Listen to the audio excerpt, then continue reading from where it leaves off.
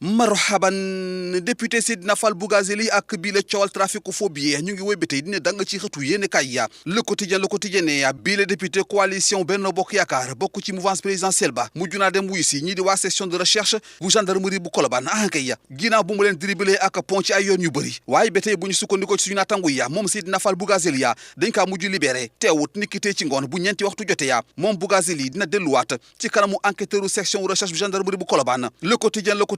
Bougazelli milia daat na tikki ndombal tànkam ci pencum ndaw réew mi ci ab plénière mi ñuy dëgmal ci assemblée nationale ci la ñuy tànn ki ko fas yéene wuutuwa yéene kaayu laas dëggal bi la xibaar ne ahankay Bougazelli ya daat na jëbbal boppam enquêteur ya texte itam daal di tekkil ndombal tànkam ci assemblée nationale Bouga moom lépp luñ ko manti wax bu ñu sukkandikoo ci yéene kaayu laas daat na dugg di ruba ahankay ndaxte bu moytuuta bu ñu sukkandikoo ci journal bi ya ci kanamu juge d'instruction la fas yéene tersi ya te lu ni mel bu antuwa moom Seydina Fall Bougazelli ya dina fekk si ñu jàppandoo la ci boobule dossier ñeel mbirum trafic de faux billets te ñu daal leen defeere ya jàpp ko barki démb moom Seydina Fall Bougazelli ya bu ñu sukkandikoo ci yéeni kay Walfadjri quotidien dafa ne woon mes ginnaaw bu ñu ko dégloo ci njël benn ba léegi ya waaye dafa jékki-jékki rek daal di feeñaat dem wuy si ñii di enquêteur ya yéeni kay Vox Populi ne ya bii la dossier moom doxalin wa liñ ci nemmeeku daanaka ay kasaw la kay ndaxte abu show la ko yéeni kay Vox Populi jàppe ya yéeni kay Les Échos ne ya aatumi réeroon feeñ na di Bougazelli ya waaye mu ngi woy ba tey di weddi yi la tuuma ba tax fanweer ci ay avocat ñoom la daal di ut ngir ñu jàppal ko tànk ci biir dossier kenn ci yooyu la avocat di maître El Hadji Diouf ma ngi xamle ci biir boobu la yéene kaay ne yaa député Seydina Fall Bougazelli ya defu dara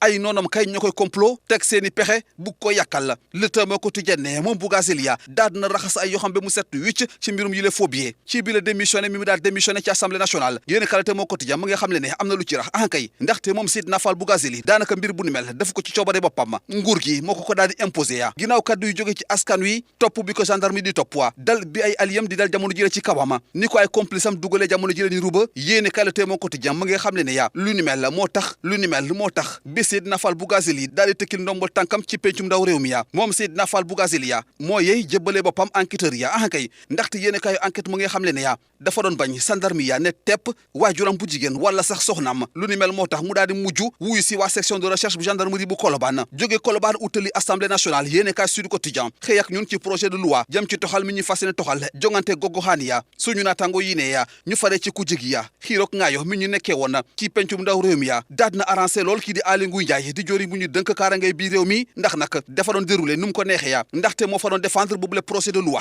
wax ci beneen projet de loi yéene kaay L'Observateur moo ko xëyee ni ki tey ya jëm ci salte mi ñu nemmeeku ci réew mi ya suñu naataango groupe Futurs Médias ne ya njiit réew bu Sénégal Macky Sall daat na ci jël ay dogal la ci biile loi kay pare na ngir rëkk ndigg ñi nga xamante ne ñooy saltal mim réew waa képp ku ñu jàpp ngay saw ci mbedd mi ya 2 junni jàpp juróom benn junni di nga ko fay ci alamaan ndar kee pekok yéene kaay Source A mi xëyee ay kadduy Amdy Faye ya mii dal ci kaw Aliou Cissé mi tàggat équipe nationale bu Sénégal moom Amdy Faye ne ya Aliou Cissé xamul fu muy taxaw kay ndaxte Krépin Diatta mi toj jamono jilee équipe nationale bu Sénégal niki daaw buñ ko waxee mbiram moom Aliou Cissé lu mu leen tontu mooy ni que Krépin abu gone la Amdy Faye daal di yokku bete ya ci biir Source A ne Aliou Cissé daal xamut li ko jàpp kay ndaxte moom Amdy Faye mu ngi xamle ne xamut li waral Aliou Cissé bëgg leen forcé jamono jile ya Ismaïla Sarr mi dul jongante ci clubam ci Angleterre daal di langaamu itam ci Moussa Wagué ya bu dee ci Cheikhou Kouyaté ya moom Amdy Faye bete ya ci biir Source A mu ngi fay xamle ne ya dafa war gëm yàlla waajal retraitam jaa ngeen jëf